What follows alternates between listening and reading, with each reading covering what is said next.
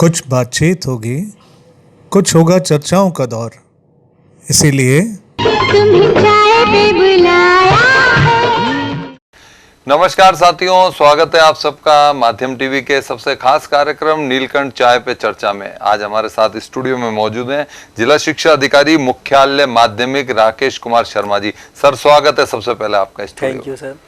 और साथ ही हमारे साथ मौजूद हैं माध्यम टीवी के चैनल हेड है नीरज जैन साहब और आदिनाथ जैन शिक्षण संस्था में प्रभारी हैं शिक्षण संस्था के। तो कुछ जानकारी लेना भी चाह रहे थे, कुछ जानकारी अभिभावकों की देना भी चाह रहे थे। तो नीरज जी स्वागत है आपका।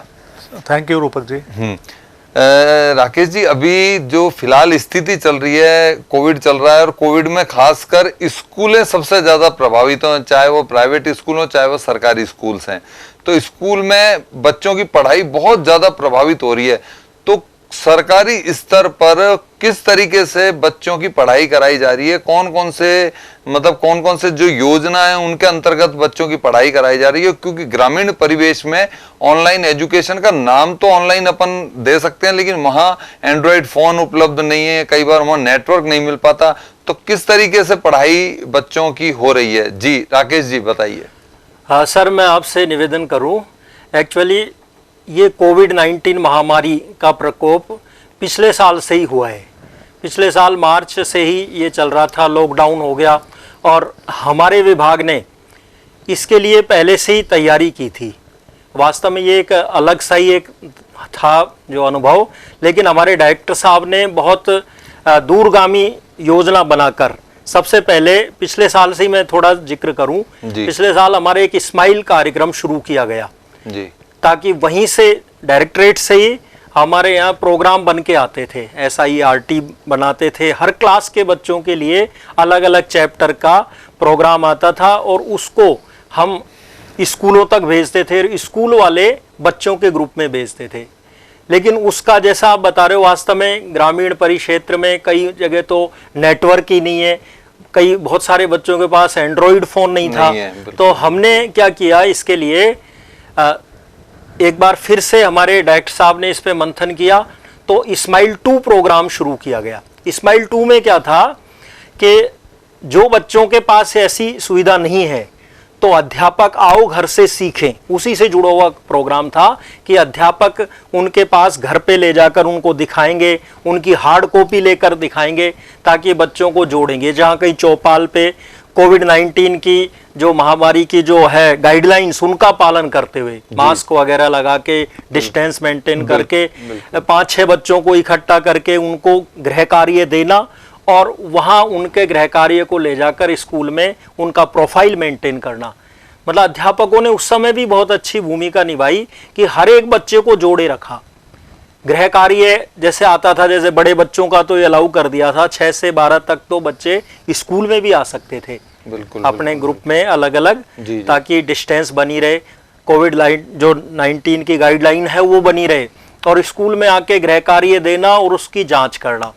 तो गत वर्ष हमने इसको मेंटेन रखा। फिर 18 जनवरी से हमारे स्कूल भी खुल गए, सभी स्कूलों को भी खोल दिया गया। बिल्कुल हमारे डायरेक्टर साहब और राज्य सरकार ने ये योजना बनाई और उसको स्कूल के खोलने से पहले एक SOP जारी की गई और SOP में बताया गया कि भाई हर तरह से ध्यान रखा जाए बच्चों का। किसी भी जैसे वहाँ पे स्कूलों में वॉशिंग के लिए हैंड वॉशिंग का रखा, सैनिटाइजर रखा, स्कूलों में 50% स्ट्रेंथ रखी। तो इस सब के साथ हमने इस शिक्षण कार्य शुरू कर दिया। 9 से 12 का शुरू किया, 6 से 8 का भी शुरू किया, तो काफी कुछ हुआ। लेकिन दुर्भाग्यवश फिर ये दूसरी लहर आ गई। तो अब दूसरी लहर के लिए फिर हम ज्यादा तैयार हुए। इस बीच एक और मैं आपसे डिस्कस करूंगा कि हमारे डायरेक्टर साहब ने एक बहुत ही अच्छा प्रोग्राम किया जो आज हमारे राज्य में नहीं, अन्य राज्यों में भी लागू हो रहा है। ई कक्षा के ई कंटेंट बनाए गए जी। करीब 100-150 अध्यापक जो अच्छे थे, इंटेलिजेंट थे, उनको ई कक्षा के जो हमारे यहाँ पीरामल फाउंडेशन के सहयोग से, मतलब इतना शानदार वीडियो बने वो। तो डायरेक्टर साहब ने खुद ने इसमें इंटरेस्ट लिया, पहल की और एक अच्छे जैसे स्टूडियो में बच्चों को, जो टीचर्स को बुला के बच्चों के हितार्थ कंटेंट तैयार किए, हर एक कक्षा के हर एक चैप्टर के वो कंटेंट है, वो यूट्यूब पर भी है और हमारा राज्य के अलावा अन्य राज्य भी उनका उपयोग कर रहे हैं। तो वो ई कंटेंट इस साल भी हमारे काम आ रहे हैं। तो इस साल जो हमने किया है उसमें क्या, एक तो स्माइल 3 प्रोग्राम शुरू हुआ है अब, उसी तरह से बच्चों के लिए और भी अच्छा बेहतर करते हुए स्माइल 3 में भी 1 से 12 तक के बच्चों को कंटेंट आ रहा है। और उसके दूसरा जो है इसी के साथ साथ आओ घर से सीखें, ये 2.0 प्रोग्राम, ये सबसे ज़्यादा प्रभावी हो रहा है हमारे, क्योंकि वही बात जो स्माइल 3 में बच्चे जो कंटेंट नहीं ले पा रहे हैं, जिनके पास एंड्रॉयड फ़ोन नहीं है, वैसे इस बार हमारी ये बढ़ गया है स्माइल 3 का, जो पहले करीब 20-22% था, इस बार हमारे ओवरऑल 30% जो है ये आ रहा है बच्चों को। डीओ साहब, एक महत्वपूर्ण बात जो निकल कर आ रही है, अगर रूपक जी की अनुमति है तो मैं एक बात पूछना चाहूंगा आपसे कि इसमें जैसे स्माइल 1, स्माइल 2, स्माइल 3 या आओ घर से सीखें, जो कुछ कंटेंट है बेसिकली ये बेस्ड है कहीं ना कहीं एंड्रॉयड पे या मोबाइल टेक्नोलॉजी के ऊपर। निश्चित रूप से इससे मैसेज मिलता है कि कहीं ना कहीं अपन जब फिजिकल क्लासेस नहीं लगा पा रहे तो ये समय की मांग सी बन गई है कोविड की जो परिस्थितियां उसके बाद में, कि हमको मोबाइल फ़ोन अथवा शिक्षण व्यवस्था को सुचारू बनाए रखने के लिए कहीं ना कहीं मोबाइल कनेक्टिविटी के ऊपर जोर देना पड़ेगा। तो ऐसे में आप क्या अभिभावकों को क्या संदेश देना चाहेंगे? क्योंकि मैं खुद आदिनाथ शिक्षण संस्थान के अंतर्गत संचालित आदिनाथ पब्लिक स्कूल के मैं प्रभारी के रूप में काम जब करता हूँ तो वहाँ पे मेरे को या मनीष जी जो मेरे साथी हैं हमको लगातार ये एक समस्या जो सामने आती है विभिन्न माध्यमों से कि पेरेंट्स का ये कहना होता है कि भाई हम लोगों के पास फ़ोन नहीं है, हमारे घर पे एक फ़ोन है, हम कैसे करेंगे, हमारे यहाँ नेट की स्पीड स्लो है। तो ऐसे में आप क्या संदेश देना चाहेंगे, क्योंकि इसको लेके बड़ी भ्रांतियाँ हैं अभिभावकों के मन में भी। सर मैं ये कहना चाह रहा हूँ कि आपका तो ये शहर में है स्कूल और आपके तो यहाँ मेरे ख्याल से 70 to 80% बच्चे जुड़े होंगे जी। हमारे यहाँ एजुकेशन जो गांव ढाणियों में स्कूल हैं और वहाँ जो स्थिति है वास्तव में भी बहुत गरीब तबके के बच्चे भी पढ़ते हैं हमारे यहाँ। पर एक बात तो अच्छी है कि वहाँ जो बच्चे पढ़ते हैं वो उनके लिए ऑप्शन यही है कि भाई अच्छे बच्चे भी, अच्छे परिवारों के बच्चे भी वहीं हैं और गरीब भी। तो उनके लिए जो दिक्कतें आ रही हैं उसी का ही हम देख रहे हैं। जो आओ घर से सीखें जो हम प्रोग्राम उन्हीं के लिए है विशेष रूप से। जैसे अभी टीचर्स जो है वो हार्ड कॉपी भी निकाल रहा है, भाई उन बच्चों को नहीं हो पा रहा तो उनके हार्ड कॉपी हम ले जाके टीचर उनको देता है। तो वो यही बात थी सर कि क्विज का भी एक रखा हुआ है हर एक चैप्टर के हर एक हफ्ते में शनिवार को प्रत्येक सप्ताह वहाँ से हमारे निदेशालय से क्विज प्रतियोगिता आ रही है बच्चों के लिए। तो उस क्विज में भी जो क्वेश्चन आ रहे हैं उनको जो बच्चे एंड्रॉयड से जुड़े हैं वो तो ऑनलाइन ही कर रहे हैं, जो नहीं जुड़े हुए हैं उनको एक्चुअली टीचर्स जाके वो देते हैं हार्ड कॉपी, भाई भैया ये है क्वेश्चन, बताओ इनके क्या क्या आंसर होंगे। अब वो जो आंसर दे रहे हैं उन आंसर्स को टीचर्स ही ऑनलाइन सबमिट कर रहे हैं ताकि वो क्विज की मतलब एक तो बिल्कुल मर्यादा बनी रहे और बच्चों का पूरा आकलन हो सके, ताकि मान लिया आगे भी ऐसी स्थिति आए तो उनके अनुसार उनके जो है परीक्षाओं के लिए बेस बन जाए कि इस आधार पे इनके नंबर दिए जाएंगे। जी बिल्कुल बिल्कुल। नीरज जी, आप आदिनाथ जैन शिक्षण संस्थान से जुड़े हुए हैं। अभी एक सबसे बड़ा जो पहलू है वो आ रहा है अभिभावक और स्कूल प्रबंधन के बीच में एक तकरार है फीस को लेकर। बिल्कुल, वो एक बहुत बड़ा इशू है और वो एक तरीके का मैं कहूँ तो एक महाभारत हुई पड़ी है आज की तारीख में। सोशल मीडिया पर कभी कुछ चलता है, कभी कुछ चलता है, कभी स्कूल वाले का ये आता है कि भाई इस स्कूल वाले ने ऑनलाइन बच्चे को बाहर निकाल दिया, फीस नहीं जमा कराई। इसकी शिकायत शायद जिला शिक्षा अधिकारी कार्यालयों में भी होती है स्कूलों की। अब अल्टीमेटली इसका निष्कर्ष कैसे निकले, क्योंकि बच्चों को पढ़ना है, अभिभावकों को पढ़ाना है, स्कूल को स्कूल चलाना है, तो ये सारी चीजें कैसे प्लेटफॉर्म तक आए, क्योंकि कोविड तो अभी चल रहा है और कोविड का भी कुछ नहीं पता कब तक चले। अभी तीसरी लहर की भी तैयारी हो रही है कि तीसरी लहर आ रही है। तो ऐसे में एजुकेशन भी जरूरी है और स्कूल चलाना भी जरूरी है। तो ये कैसे पूरा हो पाएगा और किस तरीके, क्या राय देना चाहेंगे दर्शकों को? जी नीरज जी। देखिए रूपक जी, अभी जैसा डीओ साहब ने भी परिचय दिया है इस बात के ऊपर कि स्माइल के विभिन्न जो डेवलपमेंट्स हैं उसके विभिन्न जो एडिशंस हैं वो आए हैं और जब गवर्नमेंट खुद इन चीज़ों के ऊपर फोकस कर रही है तो जो पूर्व में भी बात आ रही थी कि अपन को एंड्रॉयड या फ़ोन कनेक्टिविटी या सोशल मीडिया रिलेटेड पार्ट्स पे जोर देने का समय आ गया है। यहाँ मैं एक वर्ड बोलना चाहूँगा, अडेप्टेशन। हम एक्चुअली मानवीय स्वभाव में सबसे बड़ी जो खूबी है वो है परिस्थिति के अनुसार समायोजन करने की एक प्राकृतिक एक शक्ति हमारे को प्रदत्त है। जब कोविड सामने है तो निश्चित रूप से उसको लेके क्या इम्प्रूवमेंट्स होने चाहिए हमारी लाइफ स्टाइल में, हमारे एजुकेशन सिस्टम में, हमारे वर्किंग सिस्टम में, वो सारे चेंजेस हमारे सामने नज़र आ रहे हैं।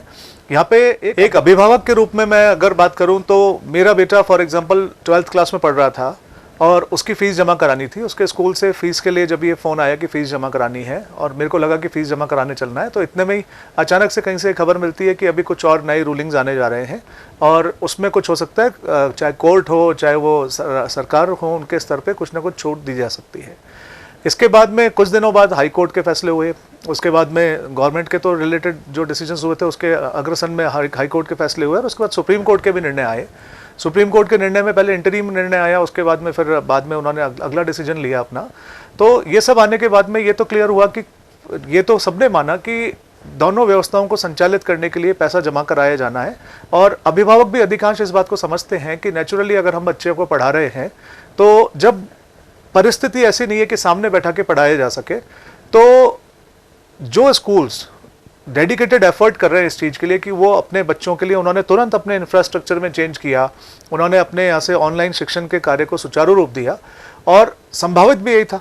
इसके अलावा काफ़ी डिबेट हुई, हम लोगों की भी पेरेंट्स के साथ में मीटिंग हुई कि इसके अलावा और कोई वे आउट है। आज डीओ साहब खुद हमारे बीच में मौजूद हैं, उनके समक्ष मैं इस बात को स्पष्ट रूप से रखना चाहूँगा कि जब कोई परिस्थिति उपलब्ध ना हो, जब सरकारी गाइडलाइंस आपको लॉकडाउन के अंतर्गत पाबंद करती हैं और निश्चित रूप से जब जिंदगी की बात आती है तो जिंदगी पहले, उसके बाद में शिक्षण की बात आती है। जब देश और धर्म की बात आती है तो देश पहले, ताकि धर्म भी फिर हम उस माहौल में अपना स्थापित कर सकें। तो ऐसी परिस्थिति में जब कोविड गाइडलाइंस के अंतर्गत गाइडलाइंस चल रही हैं और क्लासेस नहीं लग सकती, तो ऑनलाइन शिक्षा का कोई विकल्प नहीं है उपलब्ध। ऐसा हम सब निश्चित रूप से समझ ही चुके हैं। लेकिन इसके साथ में जो प्रॉब्लम आ रही है वो ये आ रही है कि फीस जमा कराने को लेकर अभिभावक अभी भी या तो कंफ्यूज्ड है या फिर कहीं ना कहीं वो अभी भी लिबर्टी लेना चाहता है। मैं क्षमा कीजिएगा इस बात को बहुत स्पष्ट रूप से बोलता हूं कि लिबर्टी लेने का आशय यहाँ पे ये है कि जिस व्यवस्था के अंतर्गत हमने अपने बच्चे का एडमिशन कराया है, हम लोग अवेयर थे कि हमको लगभग इतनी फीस जमा करानी है। यहाँ पे मैं जो बात बोलने जा रहा हूँ उसका कतई आशय ये नहीं है कि किसी प्रबंधन को कोई प्रिविलेज अपन को देना है। यहाँ बेसिक आशय इस चीज़ का है कि जो प्रबंधन डेडिकेटेड एफर्ट कर रहे हैं, जो वाकई में अपने टीचर्स को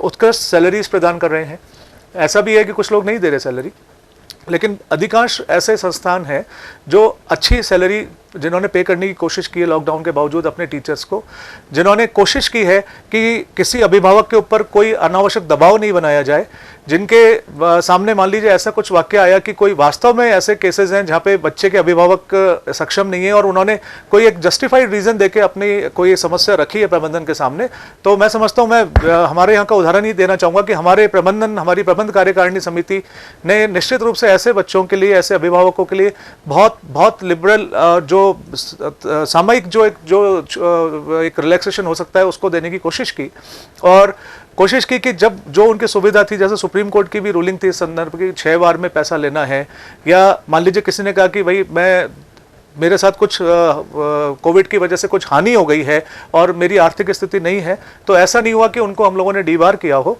लेकिन जिन लोगों ने इंटेंशनली 1.5-2 सालों से पैसा जमा नहीं कराया, एक भी पैसा जमा नहीं कराया, उन लोगों को लेके हम लोग आज भी असमंजस में हैं। मजबूरन हम लोगों को ऐसे में कई बार ऐसा स्टेप भी लेना के बारे में जब हम लोगों ने देखा तो कुछ स्कूल्स ने इस बारे में स्टेप लिया कि भाई उन्होंने क्लासेस जो है बच्चों की जिन्होंने 1.5-2 साल से पैसा जमा नहीं कराया, एक भी पैसा जमा नहीं कराया, जिन्होंने कोई जस्टिफाइड रीजन नहीं दिया, तो उनको सांकेतिक रूप से ऑनलाइन क्लासेस से एक बार पर्याप्त नोटिस देके हटाया। तो मैं आपसे ये जानना चाहूँगा कि सर कि क्या गाइडलाइंस आप हम लोग को देना चाहेंगे जिससे हम लोग भी इस परिस्थिति का सामना कर सकें? सर मैं इस बारे में ये कहना चाहूँगा कि देखा जाए तो ये जो महामारी का जो प्रकोप आया वास्तव में बहुत आपदा थी, बड़ी आपदा है। अब आपदा में सभी लोग, कोई भी आदमी जो सोचेगा समझेगा वो ये कहेगा कि भाई हमें इंसानियत, मानवता का पाठ पढ़ना चाहिए और पढ़ाना चाहिए और अपनाना चाहिए, आत्मसात भी करनी चाहिए। बिल्कुल, बिल्कुल, बिल्कुल। और यहाँ मानवता ही थोड़ी थोड़ी दिक्कत हो रही, क्योंकि मैं इस चीज को देखता हूँ कि जो सक्षम है पेरेंट्स और जो गाइडलाइन है सुप्रीम कोर्ट के उनके अनुसार उनको फीस जमा करा देनी चाहिए। लेकिन फिर भी कई लोग नहीं मेरे पास आते हैं कि साहब हमारा बच्चा पढ़ाई नहीं, ऑनलाइन नहीं पढ़ा, फिर क्यों दें? क्योंकि उनको एक मौका मिल गया, जबकि वो अच्छे अच्छे इंस्टीट्यूट्स में पहले भी पढ़ा रहे थे। हमने उनका पता किया तो पता चला कि वो जानबूझ के एक टीम बना के अपना एक एजिटेशन कर रहे हैं, एक इस तरह का। तो हम लोग उनको कहते हैं, अभी यहाँ एक ये स्कूल है यहाँ पे, मेरे याद नहीं आ रहा, उसका टीचर्स आए थे कई और मतलब पेरेंट्स भी आए थे, कलेक्टर साहब के पास भी गए थे।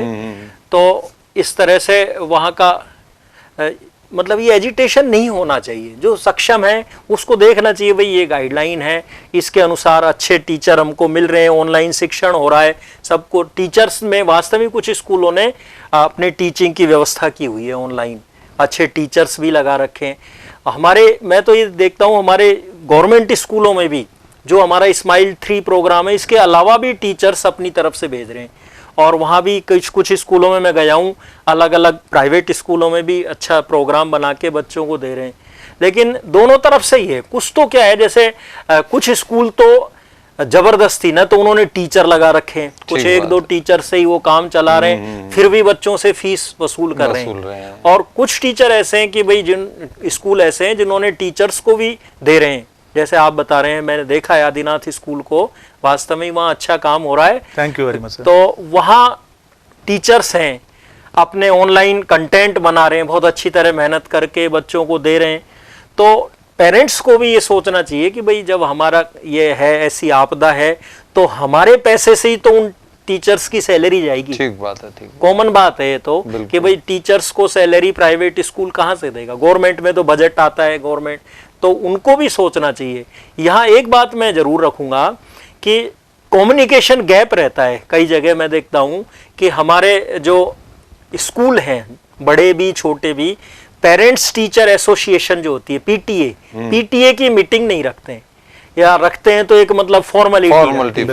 पीटीए अगर अच्छी तरह रखी जाए, जैसा कि मैंने कई स्कूलों में देखा है कि पेरेंट्स को बुला के वास्तव में उनसे बात की जाए कि भाई आप क्या चाह रहे हो, एक दूसरे की मतलब भावनाएं भी समझें। हाँ, तो पेरेंट्स टीचर मीटिंग को अगर सार्थक बनाया जाए तो इस आपदा की घड़ी में, क्योंकि ज्यादा दिन नहीं है भाई, निश्चित रूप से कुछ समय बाद सामान्य स्थिति होगी और उस समय भी तो लोग देंगे, पेरेंट्स उस समय देते हैं, इससे पहले दे रहे थे फीस। अब दोनों ही तरफ से लोग अपनी नैतिकता को, मॉरलिटी को भूल के बस फायदा लेना चाह रहे हैं, ये थोड़ा गलत। बहुत बड़ी बात बोली है डीओ सर आपने। और इसी में एक जो दूसरा एक और जो प्रॉब्लम हम लोग फेस कर रहे हैं कि जो 8th तक का जो एक सेगमेंट है उसमें चूंकि टीसी की अनिवार्यता को काफ़ी उसमें मतलब एक लिबरलाइज एक रुख रखा गया है। ऐसे में क्या होता है, पेरेंट्स भी क्या करते हैं कि जब पिछले साल भर की 8 महीने की 1.5 साल की फीस बकाया है और ऐसे में वो दूसरे स्कूल्स में एडमिशन ले रहे हैं और दूसरे स्कूल्स के साथ भी चूंकि वो टीसी की अनिवार्यता नहीं है, ऐसे में क्या तरीका हो सकता है जिसकी वजह से प्रवृत्ति पे अंकुश लग सके? इस पे भी आप मार्गदर्शन प्रदान करें सर। सर वैसे तो हमारे डायरेक्टर साहब ने और राजस्थान के जो सरकार है उसने मिलकर ये निर्णय लिया, क्योंकि बहुत सारे प्राइवेट स्कूल जानबूझ के बच्चों को टीसी रोक रहे थे। अब बच्चों की स्थिति कई पेरेंट्स की खराब है, पहले अच्छी थी, मान लिया पहले किसी का बिजनेस अच्छा चल रहा है और वो गवर्नमेंट में पढ़ा रहा था, अब उसकी इतनी जो है इकोनॉमिक कंडीशन अच्छी नहीं है, तो निश्चित रूप से वो टीसी लेना चाह रहा है। लेकिन कई जो प्राइवेट स्कूल हैं जानबूझ के उनकी टीसी नहीं दे रही। तो ऐसी कंप्लेंट जब गई थी तो डायरेक्टर साहब ने नोटिस निकाला, लेटर निकाला। अब बात ये आ रही है कि वास्तव में जो 1.5 साल पुरानी फीस है वो तो जमा करानी थी।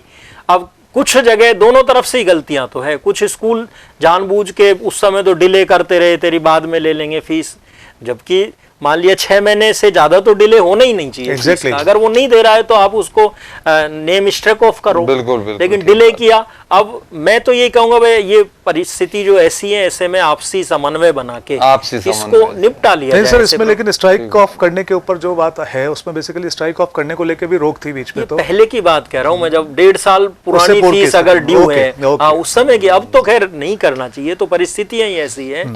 और ऐसे ऐसे अभिभावक जो बिल्कुल फीस नहीं दे रहे, उनको आपने स्पष्ट संदेश दिया ही है कि निश्चित रूप से कि आप मॉरलिटी को ध्यान में रखें। हाँ भाई, आपकी स्थिति खराब है तब तो चलो हम भी कंसीडर करेंगे। और वास्तव में मैंने कम से कम ऐसी स्थिति में पिछले 1.5 साल से कम 50-60 पेरेंट्स को रिलैक्स दिलाया है, जो वास्तव में उनकी इकोनॉमिक कंडीशन खराब थी, और स्कूल वालों ने भी हमारी बात मानी है। सर आप कह रहे हैं बहुत बड़ी बात है, बहुत तो अच्छी बात उनको है। रिलैक्स दी, लेकिन जो सक्षम है, जो दे सकते हैं फीस, उनको तो जमा करानी चाहिए, क्योंकि दोनों तरफ से उन्हीं की फीस से टीचर्स को सैलरी मिलेगी। डेफिनेटली राकेश जी, इस समय तीसरी लहर की तैयारी चल रही है। तीसरी लहर को लेकर मुख्यमंत्री श्री अशोक गहलोत जी अपने पूरे मंत्रिमंडल और पूरे अपने सिस्टम के साथ लगातार वीसी कर रहे हैं, क्योंकि आसपास के जो स्टेट्स हैं, चाहे वो केरल है, चाहे वो महाराष्ट्र है, चाहे वो तमिलनाडु है, सब जगह कोरोना का जो तीसरा पार्ट है डेल्टा, वो अपना रुख दिखा रहा है, अपना रुद्र रूप दिखा रहा है। तो कहीं ना कहीं ऐसा लग रहा है कि तीसरी लहर यदि राजस्थान में आती है, उसको लेकर अभी स्कूल खोलने के लिए तो बिल्कुल मतलब अभी बंदी किया हुआ है कि भाई स्कूल अभी तो खोले नहीं जाएंगे, है ना। लेकिन अभी स्थिति एजुकेशन की जो है वो गाड़ी जो है ना वो पटरी से हटी हुई है सही तरीके से, तो क्योंकि ऑनलाइन एजुकेशन से बच्चे की आंख भी खराब हो रही है, बच्चा पढ़ भी नहीं रहा, बच्चा गेम खेल रहा है पढ़ने की बजाय। तो बहुत सारी चीजें सामने आ रही है, बहुत सारी आपके पास भी बहुत सारी शिकायतें आती होंगी, आपके पास भी बहुत सारी चीजें आती होंगी। उन सब चीजों के लिए भी क्या संदेश देना चाहते हैं अपने दर्शकों को कि जो एक वास्तव में आपदा की स्थिति में लोग किस तरीके से इस चीज को मतलब वो करें? सर यहाँ थोड़ा सा मैं आपको ये कहना चाहूंगा कि हमारे स्कूलों के, गवर्नमेंट स्कूलों के बच्चे, वो वास्तव में यद्यपि एंड्रॉयड फोन कम बच्चों के पास है, पर ये जो हमारा जो प्रोग्राम है आओ घर से सीखें, इसकी वजह से मैं कई स्कूलों में जाता हूँ, लगभग 1-2 स्कूल हम देखते हैं डेली, इसका बहुत अच्छा इम्पैक्ट आ रहा है। और इसका मैंने अभी आपको दिखाया भी, हमारी फोटो गैलरी, हमारे जिले की एक ग्रुप बनाया हुआ है, जिसमें जो जहाँ भी स्कूलों में जा रहे हैं टीचर, वो अपना फोटो डालते हैं। तो इससे मैं देख रहा हूँ कि इतना भी बुरी स्थिति हमारी नहीं है कि सारे क्लास टीचर्स ने, सबसे पहली बात तो मैं जो कहता था उनको कि भाई अपने क्लास के जितने भी बच्चे हैं उनको आप अपने एक ये तो हो कि आप इनसे जुड़े हुए हो, मतलब ये तो पता हो जैसे इस क्लास में 30 स्टूडेंट्स हैं तो सारे से आप एक बार मिल चुके हो या बात हो चुकी है। तो ये सब ने किया हुआ है, उन्होंने अपने अलग से ग्रुप भी बनाए अभी, और ग्रुप पे बना के जो कंटेंट आ रहा है वहां के अलावा ये खुद भी डाल रहे हैं और घर घर जाके बात कर रहे हैं। ये घर से जाके बात करना, उनके पेरेंट्स को कॉन्फिडेंस में लेना, ये बहुत बड़ी बात है। मैं एक बात और बोलना चाहूंगा सर आपसे इस बारे में, जो कि आप तो पूरे सिस्टम को गवर्न कर रहे हैं इस समय, ऐसे में आपने निश्चित रूप से बहुत नजदीक से इस चीज को महसूस भी किया ही है कि इस कोविड परिस्थिति में एक बहुत अहम भूमिका जो निभाई है हमारे तंत्र में, उसमें जो अध्यापकगण हैं, जो मोबाइल टेक्नोलॉजी को लेके, जो इस कंप्यूटर और एंड्रॉयड टेक्नोलॉजी को लेके बहुत ज़्यादा एक्वेंटेड नहीं थे, उन लोगों ने जो मेहनत की है, आप उनको क्या संदेश देना चाहेंगे कि किस तरीके से वो और अपने सिस्टम को इम्प्रूव करें? सर अभी यही संदेश हम स्कूलों में भेज रहे हैं, और अभी मैं एक सर्कुलर भी जारी कर रहा हूँ कि हमारे टीचर्स जो वैसे तो नए जो हैं वो तो काफ़ी इससे फ्रेंडली हैं, कंप्यूटर से और मोबाइल से। कुछ जो पुराने टीचर्स हैं उनको भी वो नए टीचर सिखाएं, एक तो ये बात है, क्योंकि कई टीचर सोचते हैं अरे भाई अब हमको तो रहने दे, हमारी उम्र हो गई तो, रिटायरमेंट के 3 महीने बचे, लेकिन हमने उनको भी जुड़वाया है, भाई आप अपने क्लास टीचर हो, आप सैलरी ले रहे हो तो आपको अपना धर्म निभाना चाहिए। दूसरी बात एक और हम अच्छा कर रहे हैं कि कुछ हमारे पास जो कंटेंट आ रहा है जहाँ से SIRT से, उस कंटेंट को वो अपर्याप्त है, मतलब कई बार कुछ विषयों के नहीं आ रहे हैं, तो अपने टीचर्स को कहा है कि भाई आप अपना बना के दो, आप अपने चैप्टर्स को और अपनी इजी लैंग्वेज में बच्चों को शेयर करो, बल्कि एक जैसे एक पेज में आप बना लो भाई ये इंपॉर्टेंट फॉर्मूले हैं, ये ज्योग्राफी का है, ये चीजें हैं, और ज्यादातर मल्टी चॉइस में बनाओ ताकि बच्चों को अच्छा रहे, छोटे छोटे MCQ बेस्ड हो जाए। तो इस तरह से तो वो हमने किया है। और एक और मैंने अब की बार थोड़ा सा इनोवेशन किया, हर स्कूल को हमने ये बताया कि भाई आप बच्चों को जनरल नॉलेज के क्वेश्चन और सेंड करो, जो प्रेयर में होते थे वो अब नहीं हो पा रहे, तो सामान्य ज्ञान के प्रश्न उत्तर आप बनाओ, एक प्रतिदिन हर एक टीचर 20-20 क्वेश्चन बना के दे, जैसे साइंस के, मैथ्स के और आज की जो समसामयिक घटनाएं हैं इनके बारे में, तो इससे बच्चों का जीके भी बढ़ेगा एग्जैक्टली। और इंग्लिश के भी मीनिंग वगैरह, जैसे हमारे गवर्नमेंट्स में इंग्लिश की थोड़ी पुअर हैं बच्चे, तो इंग्लिश के 20-25 मीनिंग या कोई भी जो ग्रामर वगैरह ये हम कर रहे हैं, ये इनोवेशन बहुत ही बढ़िया। बहुत ही बढ़िया। तो देखा साथियों आपने कि अभी स्थिति ऐसी है कि स्कूल भी अपने जगह चलने चाहिए, बच्चे भी अपनी जगह पढ़ने चाहिए, तभी क्योंकि बच्चे देश का भविष्य हैं, तभी देश का विकास हो पाएगा। आप लोग स्टूडियो में पधारे इस वार्ता के लिए, आप सबका आभार। नमस्कार। नमस्कार।